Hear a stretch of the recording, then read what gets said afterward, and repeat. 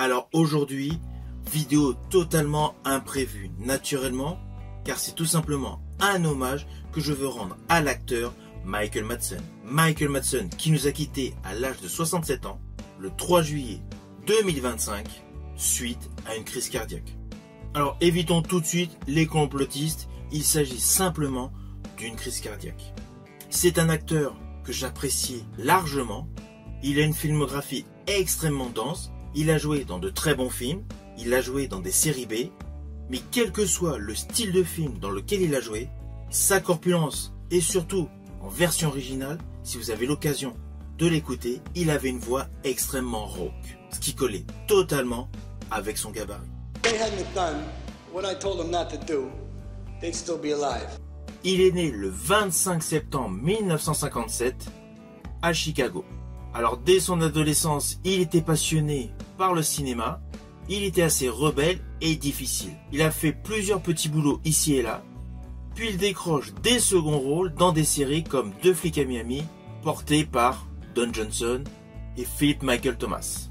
En 1983, il joue dans le film War Games de John Badham, mais vraiment dans les seconds rôles, le film est totalement porté par le jeune Matthew Broderick. En 89, il joue dans le polar noir de John Dahl, Kill Me Again, où là son rôle devient beaucoup plus prépondérant, car il pourchasse le premier rôle interprété par Val Kilmer. S'ensuit quelques rôles étonnants, je pense à sa composition dans The Doors en 91, au mari extrêmement relax dans Thelma et Louise, toujours en 91, mais c'est surtout en 1992 que Michael Madsen devient inoubliable avec son personnage de Mr. Blonde, où il effectue une scène de torture avec une chorégraphie en adéquation avec la musique de fond.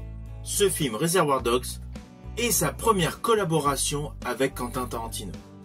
Alors d'ailleurs, je tiens à faire un petit clin d'œil à Christophe H, qui, à l'annonce du décès de Michael Madsen, m'a immédiatement envoyé un message me demandant naturellement si je ferais une référence à ce film Reservoir Dogs, un film qu'il affectionne. Donc c'est le cas. Petit clin d'œil.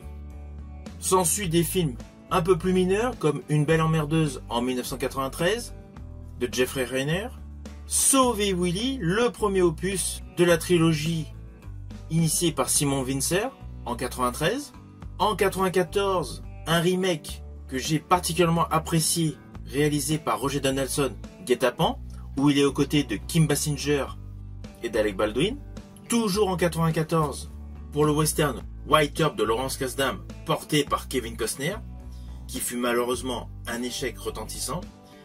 En 95, il est revenu dans la suite de Sauver Willy, réalisé par Dwight H. Little, mais il a surtout retrouvé le réalisateur Roger Donaldson, avec qui il avait joué Guet-apens en 94, pour jouer dans le film SF horrifique en 95, La Mutante, où il interprète le personnage Preston Lennox. Film qui a cartonné et d'ailleurs, il jouera dans la suite en reprenant tout simplement son rôle pour le film La Mutante 2 en 98. Alors sa filmographie est passée par pléthore de second rôles, je pense au film Bloodline, au Monde de Narnia de 2005, à Scary Movie 4, 2047, The Final War en 2013, La Victoire dans le sang 2019. Sa filmographie est tellement dense qu'on passerait plusieurs heures à citer la totalité de ses rôles. Perso, sur l'ensemble de sa carrière, sa plus grosse collaboration, je tiens à évoquer par le biais de cet hommage, est naturellement celle avec Quentin Tarantino, initiée par Reservoir Dogs en 92. Quentin Tarantino, qu'il a retrouvé à plusieurs reprises pour des rôles majeurs. Je pense naturellement à Kill Bill volume 1 de 2003, où il interprète le rôle Bud, alias Sidewinder, rôle qui reprend dans Kill Bill volume 2 en 2004, toujours réalisé par Quentin Tarantino. S'ensuit toujours avec Quentin Tarantino en 2016 sa participation au western Les 8 salopards, puis en 2019, toujours du même réalisateur, aux côtés de Brad Pitt et de Leonardo DiCaprio, Il était une fois à Hollywood. Alors j'ai une petite anecdote concernant ses collaborations avec Quentin Tarantino. En fait, Michael Madsen devait interpréter le rôle de Vincent Vega dans le film Pulp Fiction. À cause d'un problème de calendrier, cela ne s'est pas fait. Sinon, naturellement, cela aurait fait une collaboration supplémentaire avec Quentin Tarantino. Ainsi, Michael Madsen a une filmographie extrêmement riche concernant des gros films et des films de production beaucoup plus légère, voire des films indépendants. En fait, il a joué dans plus de 300 rôles, ce qui est assez conséquent. Pour les plus matures d'entre vous, naturellement, son visage emblématique est inoubliable. Pour les plus jeunes d'entre vous, une fois que vous aurez vu son visage en photographie, vous allez vous apercevoir que vous l'avez forcément vu dans un film, soit dans les premiers rôles, soit dans les seconds rôles.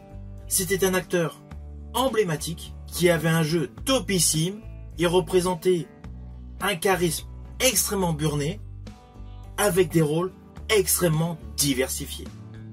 Perso, si vous voulez voir sa meilleure étendue de jeu dans un film, je vous invite à découvrir Donnie Brasco, où il partage la vedette avec Johnny Depp et Al Pacino. Sinon, naturellement, rôle inoubliable en Mr. Blonde dans Reservoir Dogs. Je vous dis à bientôt pour une prochaine vidéo.